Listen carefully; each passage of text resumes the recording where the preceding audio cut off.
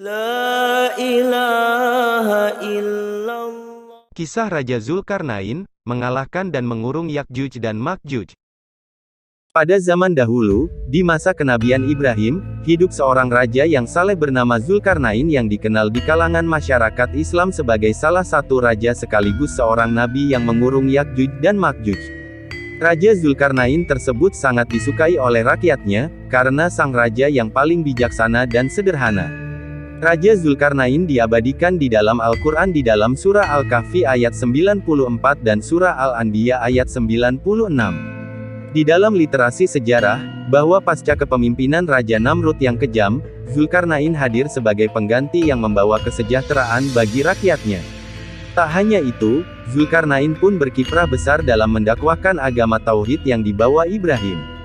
Zulkarnain amat cerdas dan pandai berpetualang. Ia melakukan ekspedisi ke seluruh dunia untuk menyebarkan agama Tauhid. Sang raja amat pandai menguasai bahasa berbagai dunia. Ia juga mahir berlayar melakukan perjalanan dari belahan timur hingga barat bumi. Pada sebuah perjalanannya, Zulkarnain sampai ke tempat matahari terbenam di bagian barat dunia. Di sana ia mendapati penduduknya tak beriman. Zulkarnain pun kemudian mendakwahkan keesaan Allah. Mereka pun menerimanya dengan gembira. Ia pun melanjutkan kembali perjalanannya. Tibalah Zulkarnain pada sebuah tempat di antara dua gunung.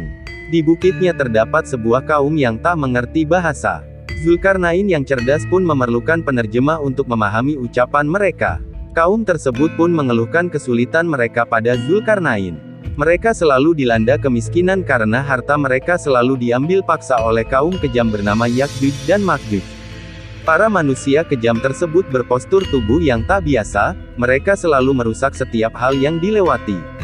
Kaum Yakjuj dan Makjuj tersebut tinggal di antara dua gunung.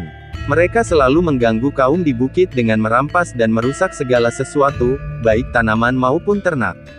Hai Zulkarnain, sesungguhnya Yakjuj dan Makjuj itu orang-orang yang membuat kerusakan di muka bumi, maka dapatkah kami memberikan sesuatu pembayaran kepadamu, supaya kamu membuat dinding antara kami dan mereka, pinta penduduk bukit.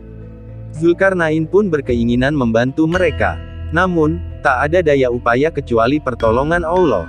Maka, diajaklah oleh Zulkarnain penduduk bukit dua gunung untuk beriman.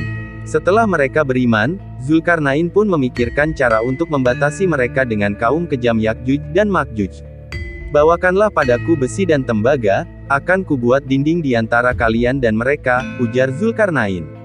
Maka, dikumpulkanlah segala hasil tambang para penduduk bukit. Zulkarnain kemudian menggali tanah lalu membangun fondasi yang kokoh dari besi. Setelah itu, besi tersebut dipanaskan, lalu dilebur dengan cairan tembaga yang mendidih. Maka, jadilah dinding benteng yang amat kokoh yang mengurung Yakjuj dan Makjuj di tempat tinggalnya.